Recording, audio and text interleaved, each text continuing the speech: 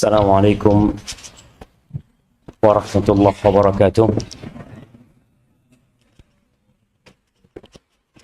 Alhamdulillah alladzi hadana li hadza wa ma kunna linahtadiya laula an hadana Allah. Wassalatu wassalamu ala khairil bariyah sayyidina wa maulana Muhammadin wa ala alihi wa ashabihi wa man tabi'ahum bi ihsanin ila yaumiddin, amma ba'd. Jamaah rahimakumullah, malam ini mungkin malam terakhir dari bulan Rajab, atau besok tanggal 29, dan setelahnya mungkin ada tanggal 30, atau kita langsung masuk ke bulan Rajab, ke bulan Sya'ban. Sebagian kita masih belum ada perubahan di diri.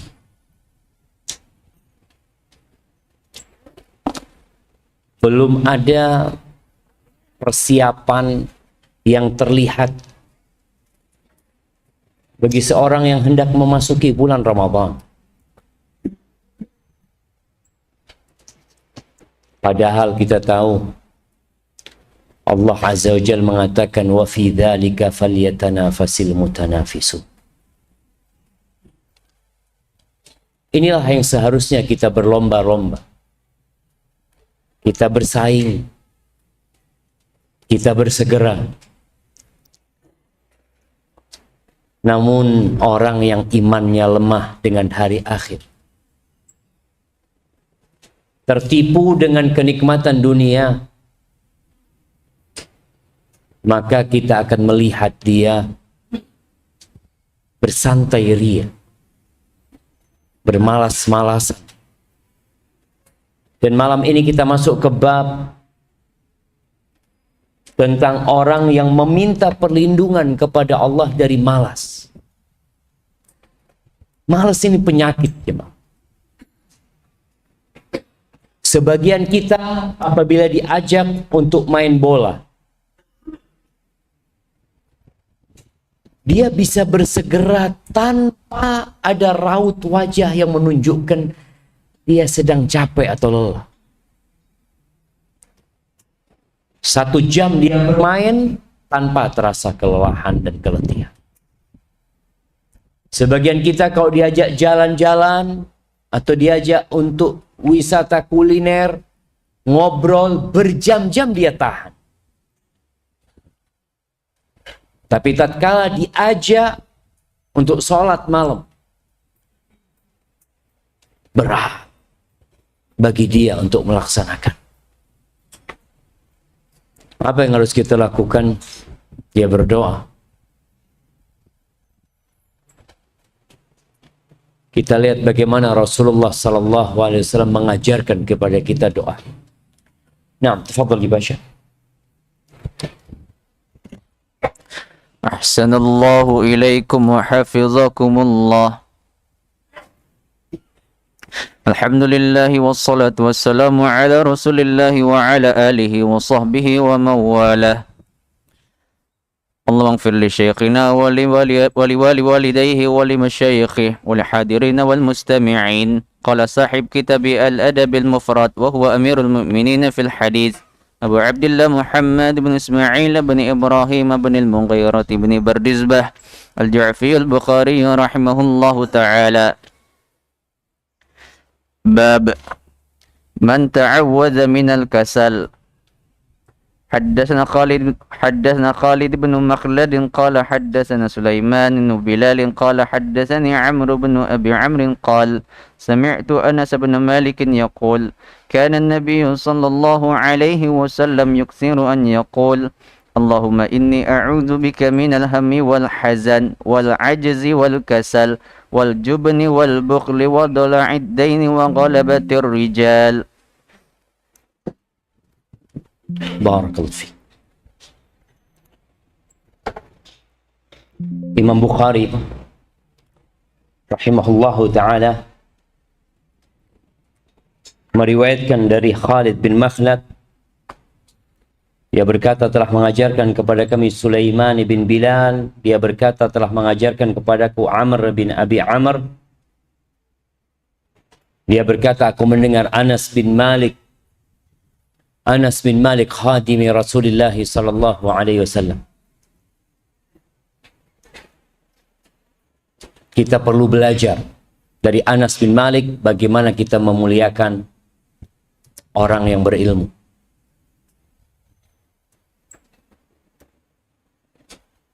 Hampir 10 tahun dia berkhidmat kepada Rasul sallallahu alaihi wasallam, meninggalkan kesenangannya untuk melayani Nabi alaihi salatu wassalam atas permintaan ibundanya, karena dia waktu itu masih kecil. Dan bagaimana Anas bin Malik mengenal Rasulullah sallallahu alaihi wasallam luar dalam.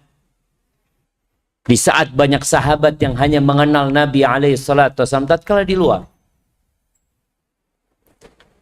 Apa kata Anas bin Malik?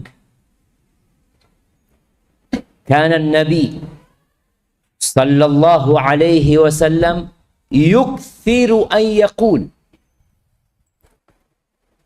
Dia menceritakan bahwa Nabi sallallahu alaihi wasallam banyak berkata.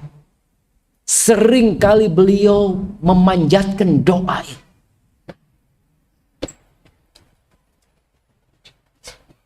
Tinggal kita lihat apakah kita sering membaca doa ini apa tidak. Katanya mengaku umatnya Nabi Muhammad sallallahu alaihi wasallam. Yang banyak Nabi kerjakan, kita juga banyak kerjakan. Apa yang banyak beliau baca? Ada hadis lain yang menyebutkan doa yang sering dibaca Nabi sallallahu alaihi wasallam. Rabbana atina fid dunya hasanah wa fil akhirati hasanah wa qina adzabannar. Nah, Nabi juga sering dan banyak membaca doa tersebut. Di hadis ini Anas mengatakan, Nabi banyak berkata, Allahumma inni a'udzubika minal hammi wal hazan. Ya Allah, sesungguhnya aku meminta perlindungan kepadamu atau berlindung kepadamu dari al-ham dan hazan.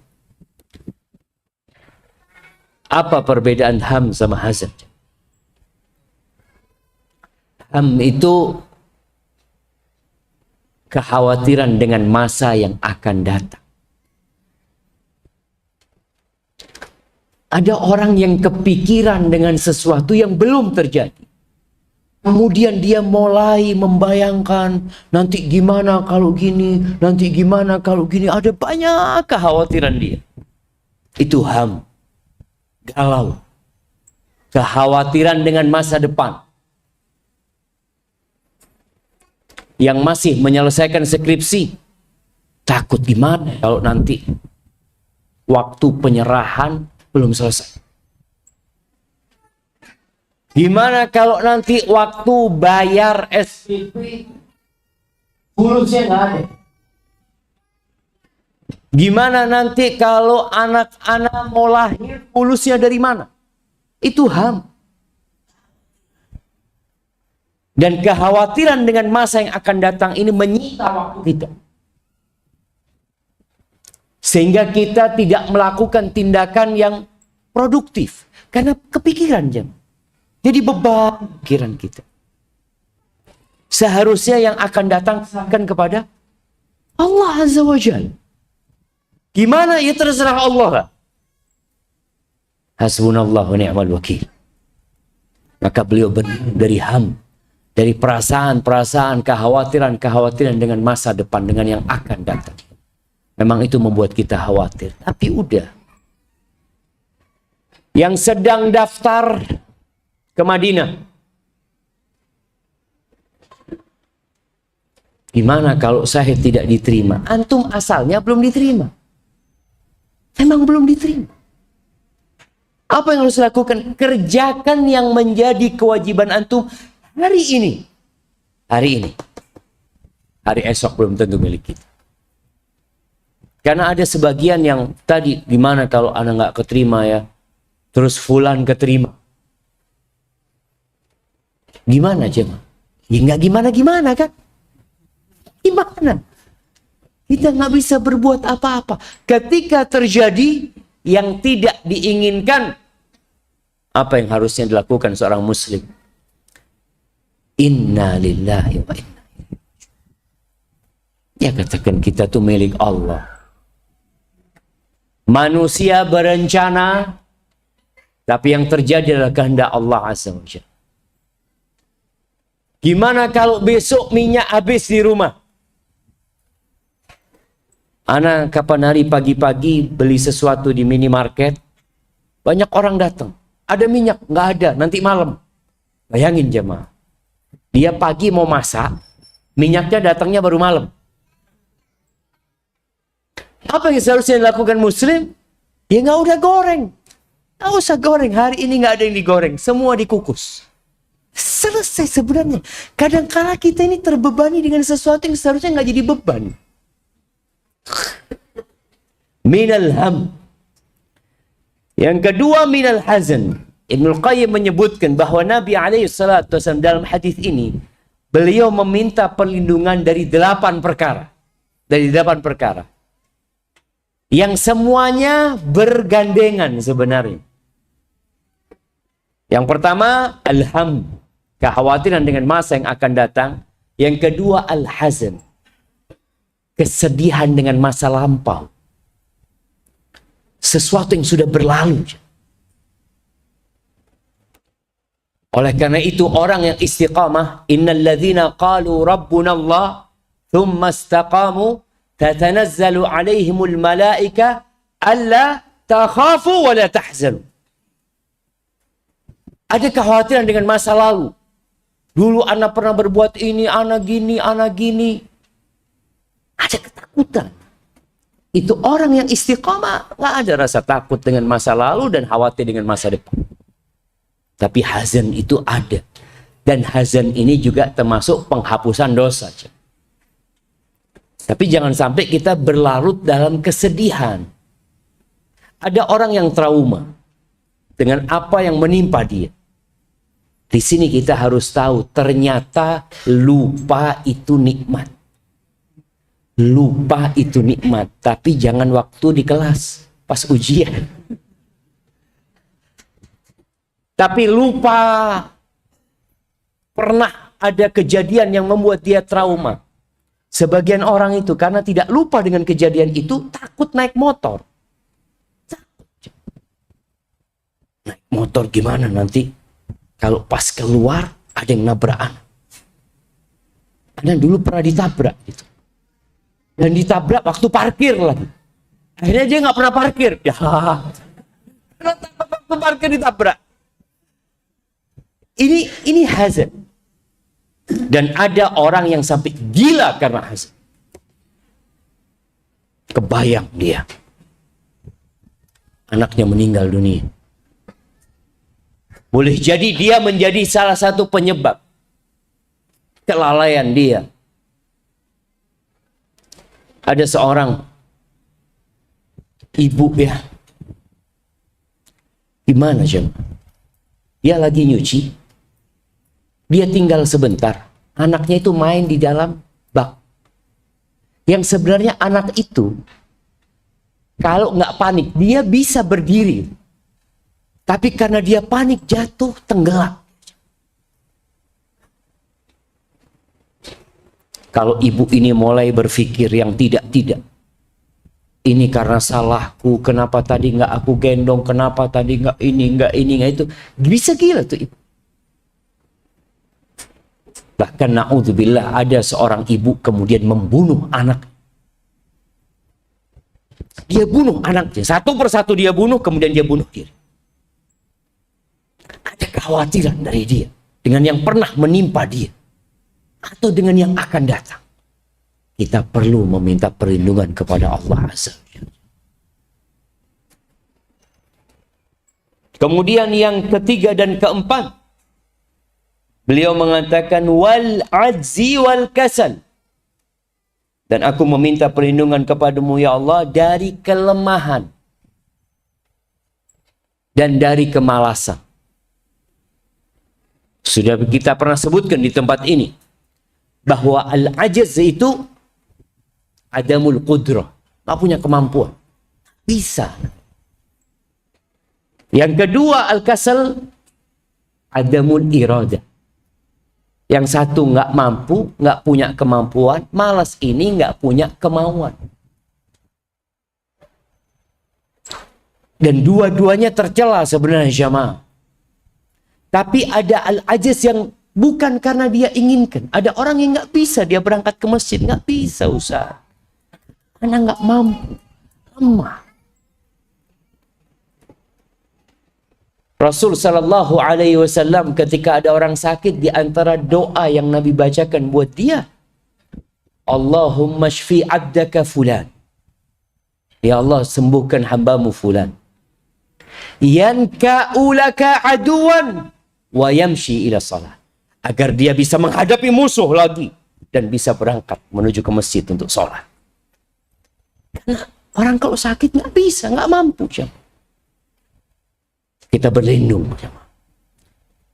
Di antara doa yang sering Nabi bacakan buat para sahabatnya, Allahumma matti'na bi asma'ina wa absarina wa quwwatina ma ahyaitana waj'alhu al-waritha minna. Tuh, minta sama Allah. Ya Allah, tetapkan aku bisa menikmati pendengaranku, penglihatanku, kekuatanku ya Allah, dan jadikan itu ada sama aku sampai mati. Minta. Orang kalau lemah juga terkadang bisa merepotin orang tua. Ajiz. Orang kalau sudah sepuh, tua renta disebut apa? Bahasa Arabnya? Ajuz. Ya udah lemah gitu. Semua harus minta tolong, ini dan itu. Mungkin sekarang antum masih kuat. Sehingga antum lupa baca doa ini. Akan datang waktu antum lemah nantinya. Maka kita berlindung bagaimana tatkala datang waktu tua renta, kita masih sehat, masih kuat. Mampu kita. Ada orang yang sudah tidak mampu untuk duduk di bawah. Antum duduk di bawah ini nikmat. Ada orang bisa duduk di bawah tapi nggak bisa berdiri lagi. Karena sudah dengkulnya udah tua. Udah nggak mampu lagi. Berlindung dari hal itu. Wal kasal, malas. Kita tahu malas tadi, ini yang berkaitan dengan bab ini, tidak punya kemauan. Orang bisa qobliyah ba'diyah, nih selama kuliah nggak pernah qobliyah ba'diyah. Bukan dia nggak mampu, mampu dia. Disuruh main futsal 1 jam mampu. Masa qobliyah ba'diyah nggak mampu? Mampu seharusnya. Kawannya di bulan Sya'ban sebentar lagi memperbanyak puasa sunnah. Senin Kemis kita melihat ya. Masih disediakan buka bersama aja. Hah? Sudah tidak ada lagi. Masya Allah. Berarti nggak ada yang puasa. Nggak disediakan buka bersama atau nggak ada yang puasa sehingga tidak ada buka bersama. Ada yang puasa. Berarti kita perlu sediakan. Ustaz, gak perlu disediakan Ustaz. Nabi SAW itu berbuka. Kalau ada kurma, beliau buka kurma. Nggak ada kurma, minum air. Jangan dimanja kami ya Ustaz. Masya Allah. Anda lihat mahasiswa kita mulai hidup penuh perjuangan. Dan jangan puasa karena ada buka bersama. Oh ada buka bersama, Anda puasa kalau gitu. Jangan. Niatnya lillahi ta'ala. Dan nanti di bulan Sya'ban antum bisa lihat diri antum masuk yang malas sehingga tidak punya puasa sunnah selama bulan Sya'ban. Ustaz kan nggak wajib ya, kita udah bicarakan nggak wajib. Antum nggak puasa nggak apa-apa, tapi kita sedang berlomba-lomba menuju kepada surga Allah Azza wa Jalla. Seorang muslim jangan mau lemah dan jangan mau malas. Ada satu kawan kita. Dia itu punya perusahaan, dia jadi manajer di sana, dia biasa nyuruh anak buahnya kerja. Satu hal yang dia pernah sampaikan, Kak, Ustaz, biasanya anak suruh anak buah ini untuk bekerja, untuk mengerjakan satu proyek. Dan terkadang anak datang yang awalnya santai, tahu-tahu sibuk semuanya. Akhirnya yang sampaikan kepada mereka, syuf, kata, nggak perlu antum pura-pura sibuk. Nggak perlu. Antum mau istirahat, antum mau tiduran, antum mau main handphone, tafadhol. Yang penting antum bisa datangkan fulus. Intinya antum bekerja, bagaimana antum bisa mendatangkan fulus. Tapi kalau antum di depannya komputer seakan-akan tegang, nggak ada fulus. Mayan, Pak, kata dia. Terus dia ceritakan, pernah anak suruh satu orang kerjakan proyek ini. Lalu dia mengatakan, nggak bisa anak. Kata dia, hari ini antum dipecat, pulang antum. Anak tidak mempekerjakan orang yang tidak bisa. Antum kalau disuruh sesuatu, jangan ngomong nggak bisa. Katakan, anak usahakan. Usahakan. Setelah berusaha berupaya, memang nggak berhasil, katakan, sudah anak usahakan tapi nggak bisa ternyata. Tapi baru disuruh mengatakan nggak bisa. Ini menunjukkan malas dia. Nggak mau berusaha. Sudah mengibarkan bendera putih, aduh nggak bisa sudah. Jangan. Di situ ada dua unsur, antum memang nggak bisa, ajiz atau antum malas. Dan dua-duanya Nabi berlindung dari dua sifat. Bicara malas, sebenarnya tiap hari Nabi berlindung dari malas 2 kali, pagi dan sore. Asbahna wa asbahal amsayna wa amsal mulku lillah walhamdulillah. La ilaha illallah wahdahu la syarika lah, lahul mulk wa lahul hamdu wa huwa ala kulli syai'in qadir. Rabbi as'aluka khaira ma fi hadhihi al-lailah wa khaira ma ba'daha wa a'udzu bika min syarri ma fi hadhihi al-lailah wa syarri ma ba'daha. Rabbi a'udzu bika minal kasali wa su'il kibar. Subhanallah. Minal kasali wa su'il kibar. Di sini ada ajiz juga sebenarnya jamaah. Karena orang kalau sudah tua renta, udah sepuh, kadang kala pikun, jadi orang yang lemah jamaah. Minal ajzi wal kasal. Pagi beliau berdoa, sore beliau berdoa. Jadi antum kalau baca doa zikir pagi dan petang itu bukan sekedar yang penting baca. Kenapa? La yastajibullah du'aan min qalbin lahin ghafil. Allah itu nggak ngabulin doa kalau munculnya dari hati yang lalai dan lupa. Dia lengah gitu loh. Dia membaca sesuatu kadangkala sama pegang handphone. Lihat apa? WA. Asbahna amsayna wa amsal mulku lillah walhamdulillah. Shh. Kemana hatinya? Itu terjadi, coba. Maka tolong, kita sebenarnya tiap hari minta perlindungan kepada Allah, tapi kadang-kala kita. Wal jubni wal bukhl. Minta perlindungan dari juben wal bukhl. Juben itu ada namanya jubnah. Apa jubnah jamaah? Jubnah itu keju. Juben bukan keju. Juben ini sifat pengecut. Bukhl, bakhil, pelit. Dua-duanya sohib. Juben wa bukhl ini biasanya kemana-mana bareng. Orang kalau bakhil biasanya jaban. Orang kalau jaban, pengecut, biasanya bakhil. Allah Azza wa Jalla mengatakan, jahidu bi amwalikum wa anfusikum. Kata Allah, berjuanglah kalian dengan jiwa kalian dan harta kalian. Kita disuruh berjuang dengan harta dan jiwa. Kalau nggak mau mengeluarkan hartanya, namanya juben. Juben, bukhl. Kalau nggak mau mengeluarkan jiwanya, berkorban dengan jiwanya, namanya juben. Jadi ini dua sahib. Nabi alaihi salatu wasallam mengatakan, la yajtami'u imanun wa syuhun fi jawfil abd. Nggak kumpul tuh, ada dua sifat yang nggak berkumpul. Iman dan bakhil. ambisi mengumpulkan harta tapi tidak berambisi untuk mengeluarkan harta. Ada jubn, ada bukhl. Maka ahibati fillah, seorang muslim harus berusaha memberikan kontribusi kepada agamanya.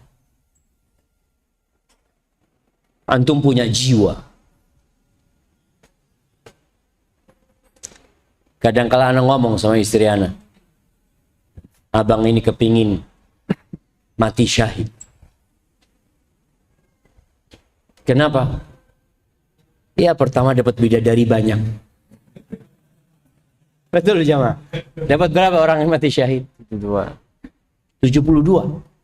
Insyaallah. Dan dapat memberikan syafaat kepada 70 dari keluarganya. Subhanallah. Dan kalaupun antum tidak mati di medan perang nanti, tapi antum minta sama Allah, punya keinginan, apa kata Nabi SAW? Man sa'alallaha syahadata sadiqan ballaghahu Allah manazila syuhada wa in mata ala firashihi. Barang siapa yang meminta, memohon kepada Allah Azza wa Jal untuk mati syahid, benar, nggak main-main dia mintanya, maka Allah akan sampaikan dia kepada derajat-derajatnya orang yang mati syahid walaupun dia mati di atas ranjang.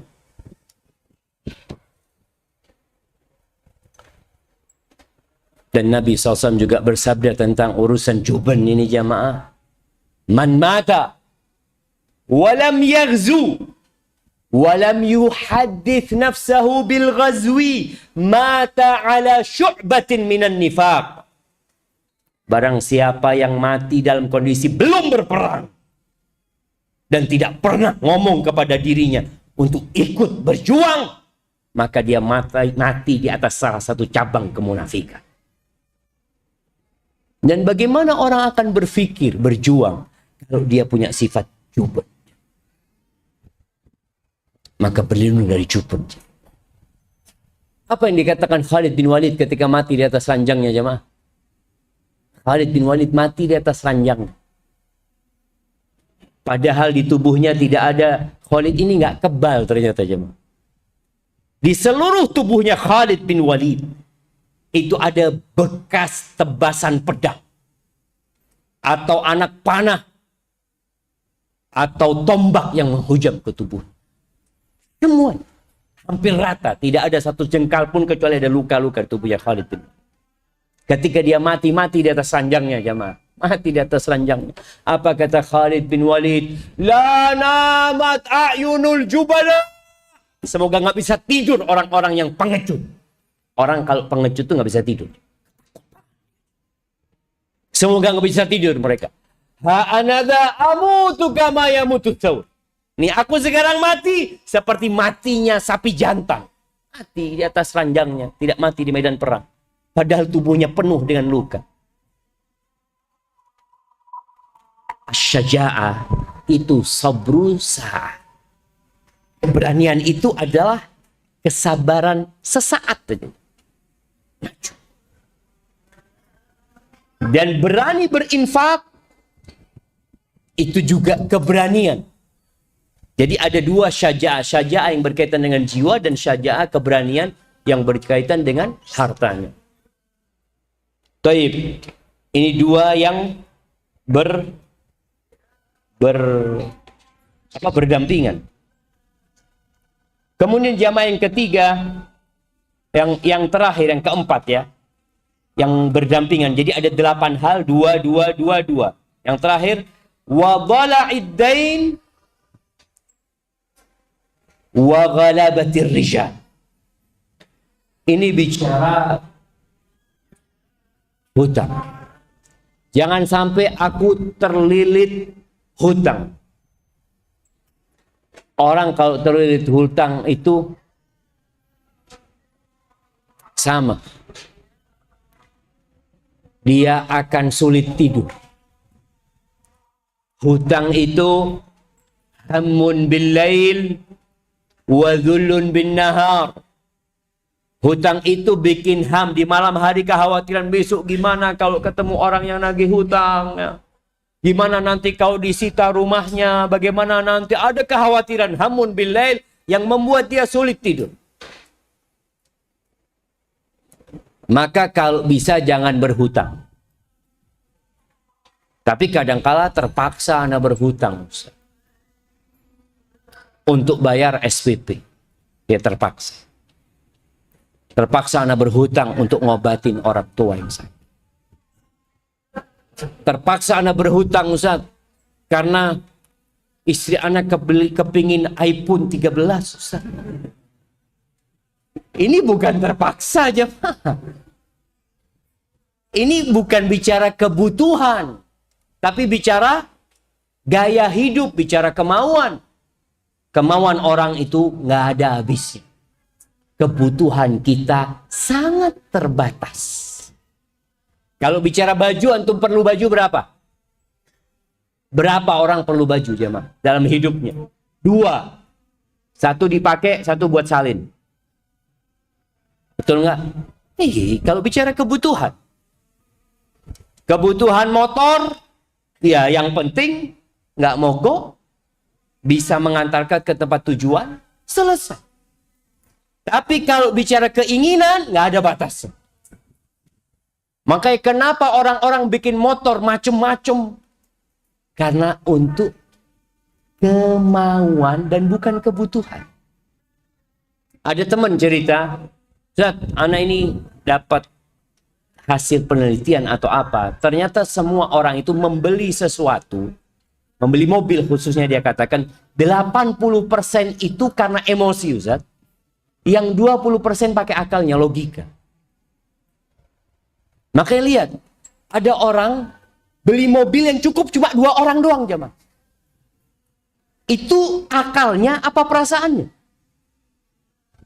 Padahal seharusnya kalau pakai akal, ana beli mobil yang buat orang banyak lah. Bisa buat keluarga, bisa buat suami. Enggak, dia beli mobil 2 orang. Masuknya naik lagi. Karena itu bicara kemauan. Makanya di sini kita perlu berhati-hati. Jangan sampai untuk kemauan antum berhutang. Tapi kalau untuk kebutuhan silahkan. Ya mau gimana lagi, namanya orang butuh, dia berhutang. Sedangkan masyarakat kita disuguhkan sarana-sarana mudah berhutang. Cashback sekian. Sampai kemarin sempat rame, orang mau beli motor, cash. Nggak ada motornya. Cash beli, maafi. Loh nggak ada. Kredit ada. Subhanallah. Kebalik jemaah. Ya, itu sistem riba. Mereka selalu berpikir bagaimana uang itu beranak. Na'udzubillah min dzalik. Maka usahakan antum jangan sampai berhutang kecuali karena kebutuhan. Nabi SAW berhutang Ustaz. Nah, beliau berlindung dari hutang. Beliau berlindung jangan sampai terlilit hutang. Tapi beliau pernah berhutang. Bahkan beliau meninggal dunia SAW dalam kondisi baju besinya digadaikan. Lunas, utangnya beliau lunas karena ada jaminannya sebenarnya. Tapi yang jadi pertanyaan kita, untuk apa beliau sampai menggadaikan baju besinya? Untuk apa jemaah? Untuk beli gandum. Buat memberikan nafkah kepada istri-istrinya. Jadi untuk kebutuhan. Bala iddain, orang yang terlilit hutang ini, ya ada temennya nanti, yaitu ghalabatir rijal. Ditindas sama lelaki-lelaki. Jangan sampai kita terlilit hutang yang dengan hak orang itu menindas kita. Ada debt collector, ya, yang nagih hutang, ya memang wajar dia menagih hutang sama kita. Ada orang yang mendolimin kita tanpa kebenaran. Kita berlindung juga. Jangan sampai ada orang-orang yang menindas dan mendolimin kita. Maka ahibati fillah, baca yang sering. Doain. Jangan merasa, enggak Ustaz, ana sekarang alhamdulillah, ana enggak ada ham, ana enggak ada hazan, ana enggak males, ana enggak gini. Jangan sombong. Dan jangan sok. Kalau Nabi saja sallallahu alaihi wasallam banyak membaca doa ini, seharusnya kita lebih banyak lagi membaca doa ini. Barakallahu fikum. Baik, nasma'ul adhan. Kam bagi syabab? Baik, ahibati fillah. Bicara sambil nunggu waktunya adzan. Rasul SAW tadi kita sebutkan beliau berlindung dari hutang. Beliau seringkali juga membaca Allahumma inni a'udzubika minal ma'thami wal maghram. Ya Allah, aku berlindung kepadamu dari dosa dan hutang. Karena seringnya Aisyah mendengar Nabi SAW membaca doa itu, jadi tanya, ya Rasulullah, kenapa engkau takut banget sama hutang itu, ada apa? Dosa jelas, tapi hutang ini apa hubungannya? Orang itu kalau berhutang, maka biasanya dia akan berbicara bagaimana membuat orang yang punya uang itu ngutangin dia. Ngomong yang enak, gini, itu macam-macam. Anda ini sebenarnya ada keperluan, ini macam-macam. Dan biasanya dia bohong. Supaya diutangi. Dan dia akan berjanji, oh insya Allah bulan depan fulus Anda cair insya Allah. Cair dari mana? Cair di mana? Nggak ada, dia nggak punya fulus. Seharusnya dia jujur. Dia mengatakan, syuf Anda mau berhutang. Dan Anda tidak tahu kapan bayar hutang antum. Kira-kira diutangi jemaah. Terpaksa dia bohong itu. Nanti uang anak fulan janji sama anak ini itu. Ternyata hutang itu membuat dia berbuat dosa 2 kali. Berdusta dan berjanji kemudian dia ingkar sama janji. Barakallahu fikum. Baik, kita tunggu waktunya adzan. Bismillah.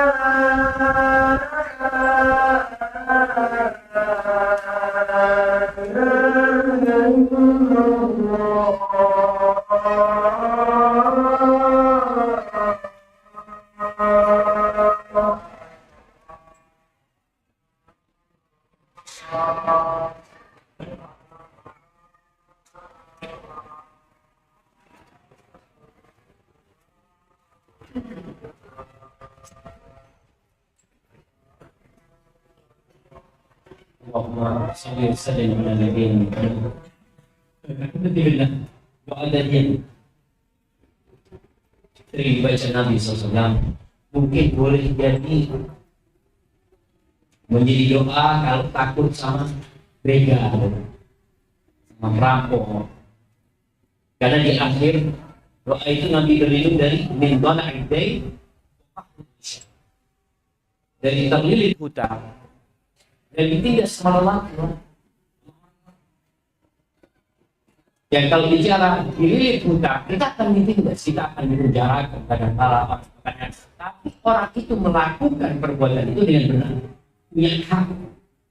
Jadi orang nanti hutang bahkan sampai memenjarakan kita itu boleh. Itu diperbolehkan karena dia hak. Tapi boleh jadi tadi ada orang-orang yang mendolimi kita dan kita tidak melakukan hal yang membuat mereka membolehkan melakukan. Ya,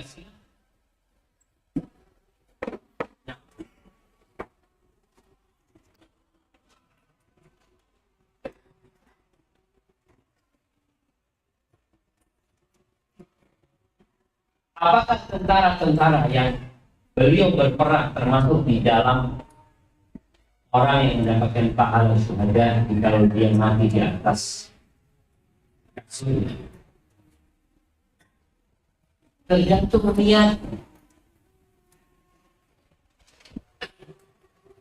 Ada orang menjadi tentara yang bekerja untuk mencari penghidupan. Kan sekarang daftar di tentara. Orang yang itu bekerja. Rasulullah SAW ketika ditanya tentang seorang yang berjuang, yang dikatakan fisabilillah, yang akan mendapatkan pahala mati syahid, itu siapa sih? Tentang rajulun yuqatilu lil badr. Ada orang berjuang untuk mendapatkan harta rampasan. Ada orang berperang di Dhikra, disebut pahlawan. Ada yang berperang hamiyah, hanya untuk membela bangsanya dan tidak ada urusan sama Allah Azza wa Jalla. Jadi dia berperang karena kelompoknya, karena sukunya, terjadi di dalamnya. Kata Nabi SAW, man qatala litakuna kalimatullah hiyal ulya fa huwa fi sabil. Siapa yang berjuang dengan niat bagaimana kalimatullah menjadi tegak, maka dia bisa. Tapi akibatnya ada orang yang mati karena membela dirinya. Ada perampok, kemudian dia melawan, dia tewas.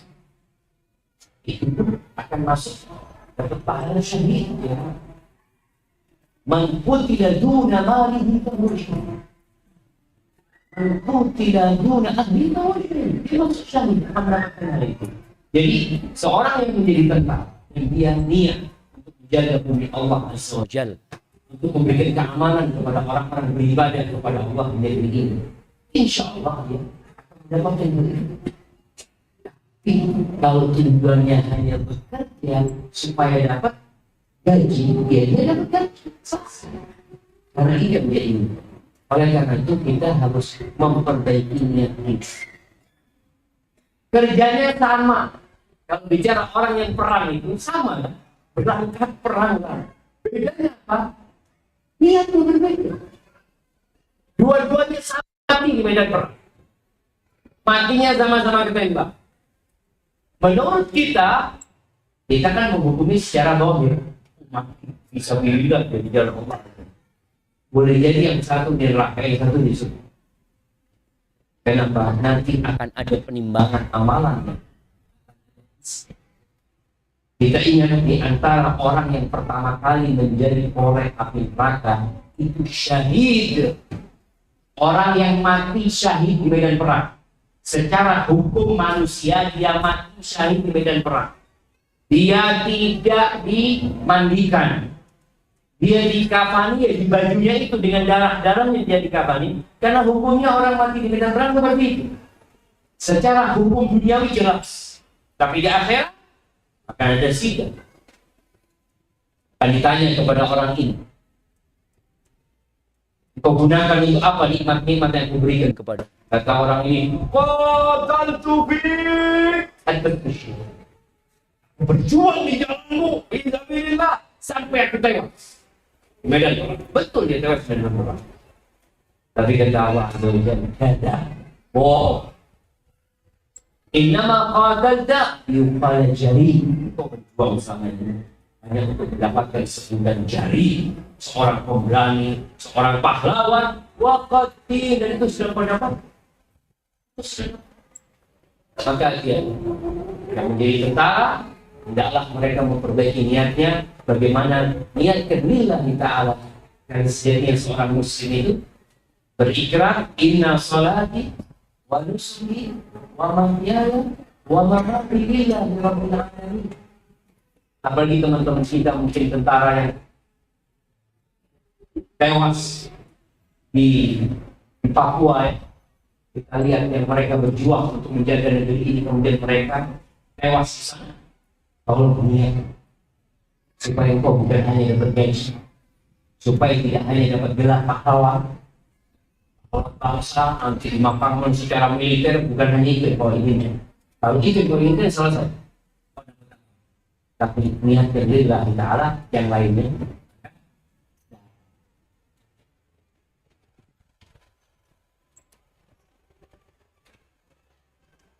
Kapankah waktu yang tepat untuk mengajarkan anak kita untuk tidak bersalaman dengan bukan mahramnya? Apakah dari kecil belum balik atau ketika dia sudah balik? Ya, ketika dia nggak boleh. Kapan taklif itu berlaku buat dia? Ketika sudah balik. Tapi kadang-kadang ada orang yang mau melatih anaknya. Anaknya umur 4 tahun sudah pakai cadar.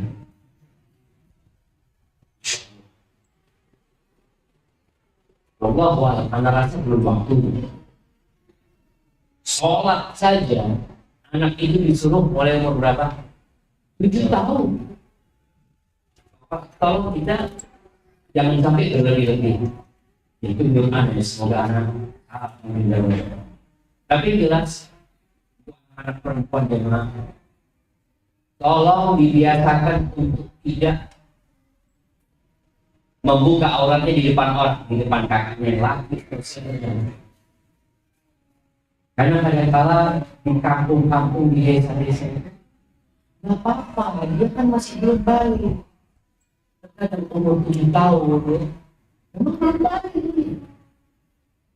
Tapi kita lihat ada orang-orang yang sakit. Istilahnya anak kecil yang dan ini bukan dalam rangka kita mengatakan ini syariat yang sudah untuk menutup, bukan untuk menyelamatkan yang lainnya. Anak kecil biasa. Karena kadang-kadang kita lihat di kampung itu anak kecil pagi keluar kencing langsung di depan pintu rumah.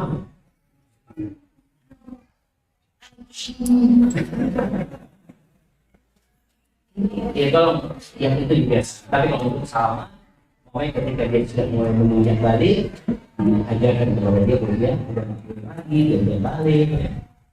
Harus menutup auratnya. Wow.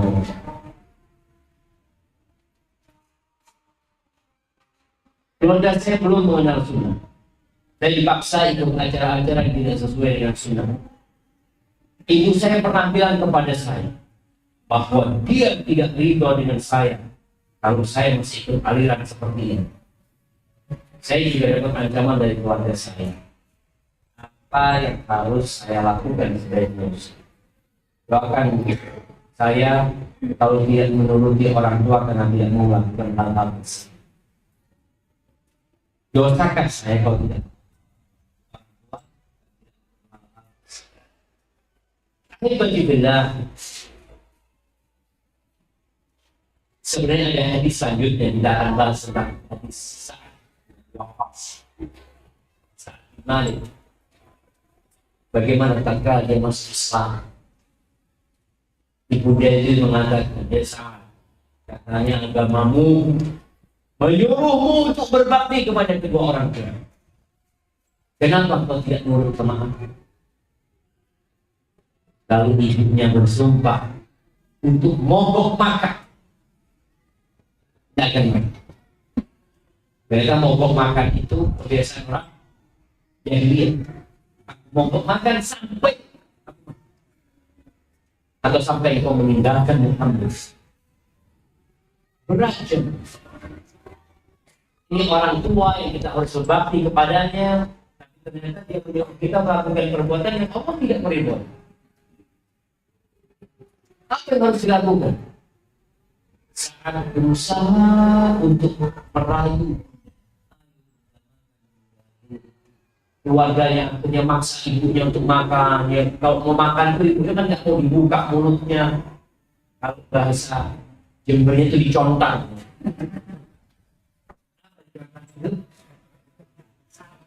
Iya, contang itu, ya itu sapi kalau dikasih makan kadang-kadang kan dimasukkan ke mulutnya, dibuka mulutnya kemudian dikasih seperti itu, dipaksa untuk makan ini sampai kondisinya kritis. Saat sudah berusaha, lalu dia datang kepada ibundanya, dia mengatakan, dia Ummah, lagi berbakti orang tua. Gak boleh ya kamu. Ya Ummah, wahai Ummah, lau anna laki mi'ata nafs, wahai Bunda, kalau kau punya 100 nyawa dan nyawamu satu bertanggung jawab itu, aku bakal meninggalkan agamamu. Budi udah, ya semua terserah kau. Kau silakan mau makan atau kau tapi kau sudah tahu apa yang betulnya ibu makan. Karena dia tahu dia punya anak mencintai Tuhan yang lebih daripada cinta dia. Maka di sini seorang anak gimana kalau dipaksa untuk mengikuti ritual-ritual acara-acara yang sebenarnya menurut masyarakat itu baik. Itu baik, nah. Kok ikut aliran apa? Kok semuanya jadi bid'ah, semuanya bid'ah bolana, kullu bolatin finnar.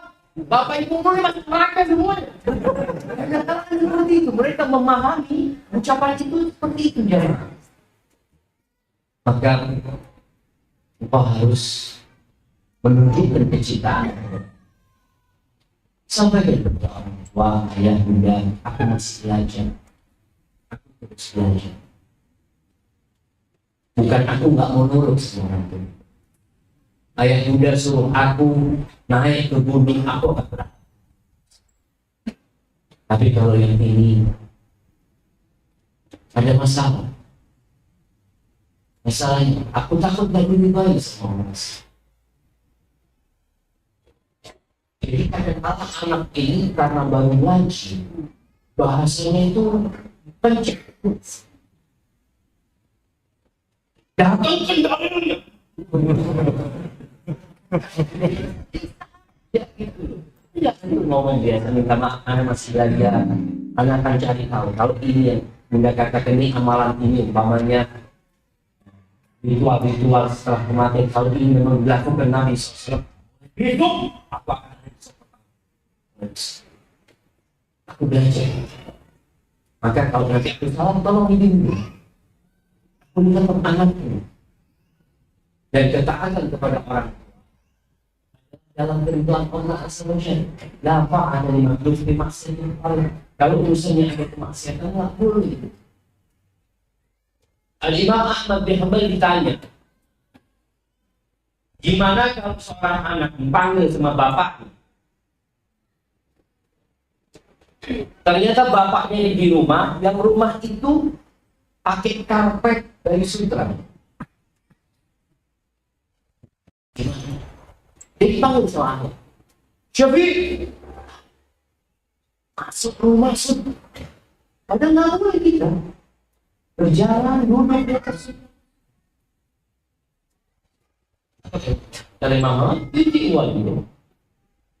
Dia taat sama orang tua, tapi jangan bermaksud kepada Allah. Gimana? Jangan gulu sampai itu. Ya. Ini bentuk kita tetap taat sama orang tua kita, tapi jangan bermaksud kepada Allah kasih pikir. Sehingga kita meremehkan. Maka tolong sabar, dimusuhin sama keluarganya. Kalau dikatakan itu aliran apa, untuk katakan anak ikut aliran apa-apa. Anda berusaha untuk mengamalkan yang diamalkan Rasul Sallallahu Alaihi Wasallam. Nanti Anda akan ketemu ucapan dari orang tua. Kan masalahnya ada khilaf. Sebagian ulama membolehkan, ya itulah. Aku jadi bingung. Satu mengatakan boleh, satu mengatakan tidak boleh. Kita bingung kan? Dan ternyata kata Nabi SAW, kalau ada khilaf, fa'alaikum bisunnati. Nabi ikutin sunnahku. Maka aku akan berusaha. Semua yang bunda katakan amalan-amalan itu aku akan pelajari. Kalau memang Nabi mengamalkan, sahabat katakan, aku akan jadi orang yang pertama mengerjakan. Tapi kalau enggak, maafkan aku. Katakan maaf. Minta maaf. Maka tunjukkan kebaktianmu seorang itu. Pulang dari masjid, pulang dari luar, cari bapaknya, cari ibunya, antum pijetin orang tua, antum pijetin kakinya, berikan minuman, bawa oleh-oleh. Kalau masuk rumah, sandal di rumah itu rapikan, sehingga orang tua itu ketika keluar, ini perubahan yang dapat dilihat, perubahan yang positif yang dirasakan orang tua. Karena terkadang orang tua melihat anaknya ini berubah, tapi jadi lebih gak benar gitu. Maka tunjukkan aku jadi lebih benar dengan cara kau lebih berbakti sama orang tua. Bagus.